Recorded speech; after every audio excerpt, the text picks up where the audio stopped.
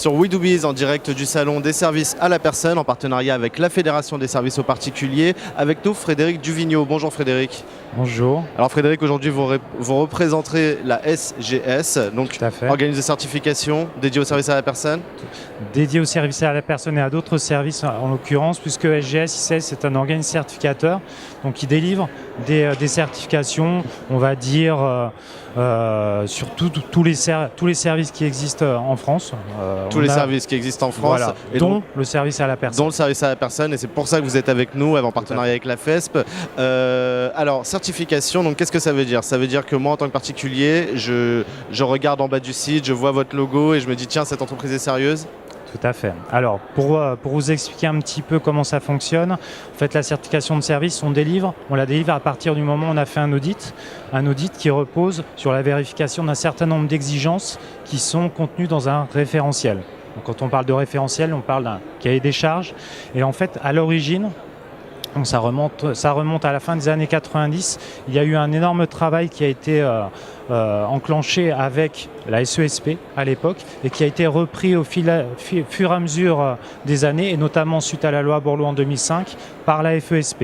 Et c'est vrai que depuis, depuis les dernières années, on a fait régulièrement réviser ce référentiel avec la FESP pour toujours coller aux exigences du secteur, aux exigences réglementaires et toujours être au plus près des attentes au final de nos clients et forcément aux attentes du consommateur qui sont les clients quelque part de nos clients. Les clients de vos clients qui doivent être rassurés finalement. Pourquoi c'est si important de mettre en place des certifications dans un secteur?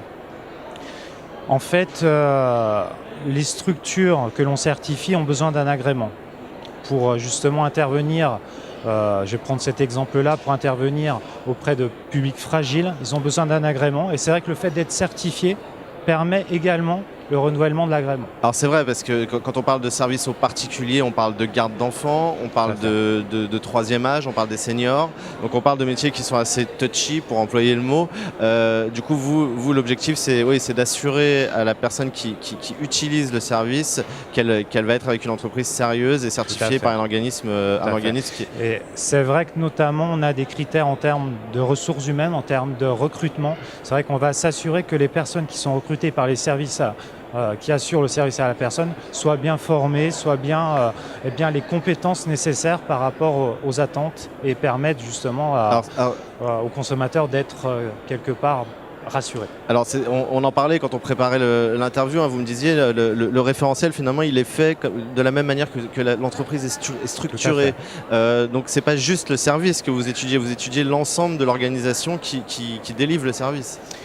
On audite la qualité de service qui est quelque part l'objectif final de la certification, mais on audite à travers justement l'organisation d'une structure. En fait, le référentiel, et ça c'était vraiment le souhait de la FESP, l'organisation du référentiel est comme une entreprise, elle est organisée comme une entreprise, à savoir un aspect direction avec des engagements spécifiques à la direction, des engagements liés aux ressources humaines, à savoir qualité de recrutement, de formation, d'évaluation, tout ce qui concerne également la partie, je dirais, plus production, c'est-à-dire réalisation de la prestation, entre autres, toutes les parties dites support également, qualité, achat, comptabilité, voilà, tout a été vraiment intégré dans cet ordre-là, dans le référentiel. Comment est-ce que je sais, si je suis client de vos clients, que l'entreprise est agréée? Si je suis particulier, finalement, que l'entreprise est agréée et a été certifiée par SGS? En fait, aujourd'hui, tous nos certifiés